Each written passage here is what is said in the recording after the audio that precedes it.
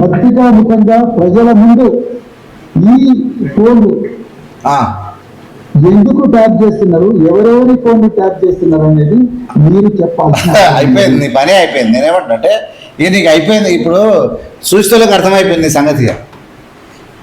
ఏం చెప్పాలా ప్రయోగానికి మీరు ఎందుకు ట్యాప్ చేస్తారు, ఎవరెవరు ట్యాప్ చేస్తారు అని తెలిసింది. అంటే ఎంత బోకస్ మాటలు మాట్లాడుతుంది ఈ బీఆర్ఎస్ అనేది మీకు అర్థమైందా? ఐపీఎస్ గారు లాజిక్ మిస్ అయ్యారు. ఎందుకు ట్యాప్ చేసినా ఎవరు ట్యాప్ చేసినా చెప్పాలన్నట. అసలు ట్యాప్ చేసే కదా నేను చెప్పానికే ప్రవీణ్ అన్న, ఫోన్ ట్యాప్ చేస్తే కదా చెప్పనీకే. ట్యాప్ చేయడం ఏంది? వీళ్ళే అంటారు ఎవరు అంటే ఏమో పత్రిక రాసిందట. ఏం పత్రిక రాసిందంటే ఉత్తమ్ కుమార్ రెడ్డి, కోమటిరెడ్డి ఇద్దరు కలిసి మాట్లాడుకోరు. ఏం మాట్లాడుకోరు అన్న? ఆడు ఉన్నదేంది? కాళేశ్వరంలో ఏమైనా దోసుకుందాం అనుకుర్రా, లేదంటే ధరణిలో ఏమైనా మోసం చేద్దాం అనుకుర్రా, ఉద్యోగాలు లేకుండా ఆపుదాం అనుకుర్రా? ఏంది వాళ్ళు మాట్లాడేది, వీళ్ళు వినేదేంది? అంటే నేను ఏమంటున్నానంటే రేవంత్ రెడ్డి ఫోన్ ట్యాపింగ్ చేసిరని ఎవరు అంటే ఎవరో మాట్లాడుకోవాలంటే తెచ్చిందంట. ఇప్పుడు టూకీగా ఏమంటారు అన్న, నాకు అన్ని తెలిస్తే మీరు మాట్లాడేది మీ పద్ధతి ఒకసారి టూకీగా అంటే అరే తెచ్చిపోయినట్ట. అంటే గుమ్మడికాయల దొంగ లేకున్నది, గుమ్మడికాయల దొంగ చందమే ఉన్నది తప్ప నాకు తెలిసి రేవంత్ రెడ్డి గారు ఉండేటువంటి బిజీ షెడ్యూల్లో ఎవడు చెప్పిన మాట వినేటట్లేదు. ఫోన్ వచ్చి మీ ఫోన్ ట్యాపింగ్ చేసిన విను సారు అంటే కూడా, నీ కాలు మొత్తం అంటే కూడా రేవంత్ రెడ్డి వినడు. ఇలా ఫోన్ ట్యాపింగ్ చేసినావు నువ్వు విను సార్ నీకు దండం పెడతా అంటే కూడా వినేటువంటి అవకాశం కానీ టైం కానీ రేవంత్ రెడ్డికి లేదు, ఈ ముఖ్యమంత్రికి లేదు. వాళ్ళు బహిరంగంగా వచ్చి కుట్రలు చేస్తుర్రు, అలా ఫామ్ హౌస్లో వండుకొని మొత్తం కుట్రలు చేస్తున్నారు అంటే కూడా రేవంత్ రెడ్డి డోంట్ కేరే ఉంటుంది తప్ప ఫోన్ ట్యాపింగ్ లొటపీస్ అనేది ఏది ఉండదు. ఇదంటే పచ్చి బజార్ మాటలు, ఇవన్నీ అవద్దారు. కేసీఆర్కు నిజంగా ఒకప్పుడు కేసీఆర్ గారు అంటే కేసీఆర్ గారిని ఎందుకు ఇంతగానో గౌరవించడం అంటే తెలంగాణ నినాదం ఎత్తుకున్నాడు, వాయిస్ బాగుంది, జై తెలంగాణ అంటాడు, తలకాయ మంచి ఊపుతాడు, తెలంగాణ విధానం అని చెప్పి అందరం గౌరవించడం. కానీ ఈయన లోపల కుట్ర కోణం ఉంటుంది, కుటుంబ ప్రీతి ఉంటుంది, బంధు ప్రీతి ఉంటుంది, మోసపూరితము ధన ప్రీతి ఉంటుంది. మొత్తం మీద ప్రజలంటే సేవ ఉండదు అని తెలిసినాక కేసీఆర్ను కూడా ఆయనకు మీద తెలివితేటలు లేవని అర్థమైపోయింది. మనిషి యొక్క జీవిత సారం తెలిసినవాడు, మనిషి యొక్క జీవిత సారం తెలిసినవాడు జ్ఞాని, లోబి కాదు. ఇలా ప్రపంచంలో ప్రజలు ఎప్పుడు కూడా ఆదానని, అంబానీలను, టాటాలను, బిల్రాలను, టాటా అంటే కొంత మంచి వ్యక్తి, ఎవరు కూడా ప్రజలు కీర్తించరు, వాళ్ళ ఫోటోలు పెట్టుకోరు. ఇలా మొన్న ముఖేష్ అంబానీ, అనిల్ అంబానీ కొడుకు పెళ్ళి 4 నెలలు చేసిరు. ప్రజలు నెత్తిలో పెట్టుకుంటారా? నెత్తిలో పెట్టుకొని ఊరగిస్తారా? ఒక రాజకీయ నాయకుడు ప్రజల యొక్క అవసరాలు తీర్చి, ప్రజల కన్నీళ్లు తీర్చి, ప్రజా సమస్యలు తీర్చి, దోపిడి దొంగలకు సంపద పోకుండా ప్రజల చెంతకు చేర్చేటువంటి రాజకీయ నాయకుడిని గౌరవిస్తారు, ధనవంతులను గౌరవించరు. కానీ ప్రజల యొక్క గౌరవం పొందాలి, ప్రజలలో ఉండాలి.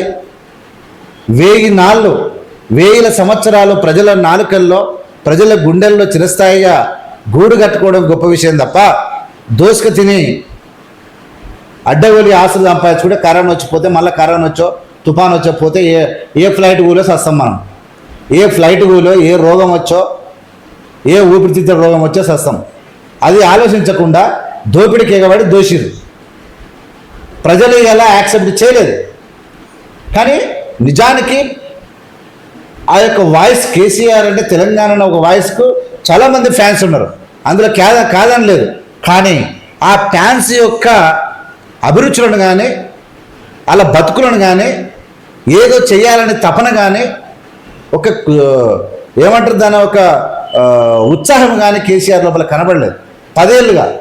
ఇలా రేవంత్ రెడ్డిని మీరు ఎంతనైనా చేసుకోరు, బ్లేడ్ పెట్టి కొరుక్కోరి, మీరు ఏం చేసుకుంటారో మీరు చేసుకోరు. కానీ 10 సంవత్సరాలు 10 years ఈక్వల్ టు 2 years అయిపోయింది.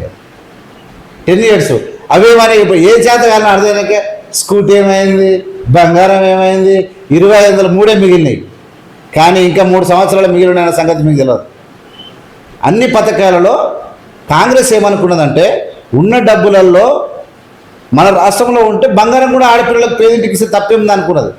నిజంగా అఫ్కోర్స్ గవర్నమెంట్ దగ్గర డబ్బులు ఉంటే బంగారం ఇమీడియట్గా పేదలకు ఇచ్చేస్తుంది, పెళ్ళిళ్ళకి ఇచ్చేస్తుంది, డౌటే లేదు. అందులో స్కూటీలు కూడా త్వరలో ఇస్తుంది, మీరు టెన్షన్ పడాల్సిన అవసరం లేదు. బడ్జెట్ ఆధారంగా తీసుకోండి. కానీ ఇచ్చిన హామీలను తూచా తప్పకుండా భారతదేశ చరిత్రలో ఇచ్చిన హామీలను నిలబెట్టుకున్నటువంటి పార్టీ ఏదైనా ఉందంటే అది ఖచ్చితంగా రేవంత్ రెడ్డి ఆధ్వర్యం లోపల కాంగ్రెస్ పార్టీ, అందులో డౌటే లేదు. వీళ్ళు అంటారు ఫోన్ ట్యాపింగ్. ఫోన్ ట్యాపింగ్ అంటే మీరు చాలా మంది ఉన్నారు కాబట్టి విన్నారు.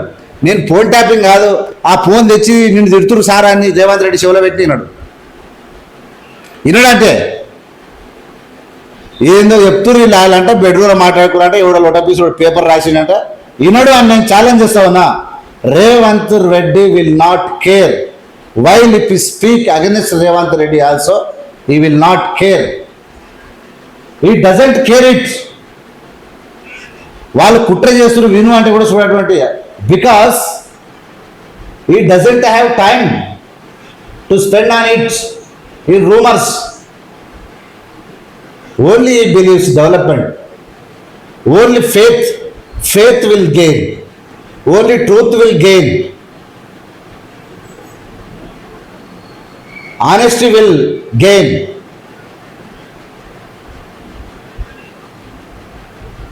Without it there is no chance. KCR example కదా.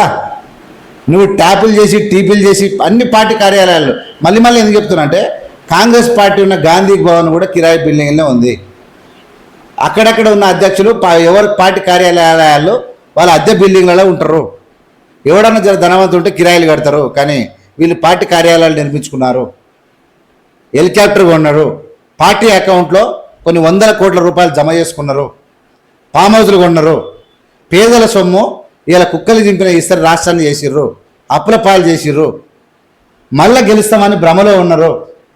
రేవంత్ రెడ్డి ఫోన్ ట్యాప్ చేసి ఎలక్షన్ల ముందు గెలవాలని భ్రమపడ్డరు, అయినా గెలవలేదు. ఈ ఫోన్ ట్యాపింగ్ అనేది గెలుపుకు పనికొచ్చేది కాదు. ఫోన్ ట్యాపింగ్ వల్ల ఇంటికి కూడా ఊడదు. ఫోన్ ట్యాపింగ్ వల్ల సమకూరేది ఏం లేదు. కాబట్టి రేవంత్ రెడ్డి దాన్ని లెక్కలో కూడా తీసుకోడు. మీరు అంత పరిశానికి కావాల్సిన అవసరం అసలు లేదు.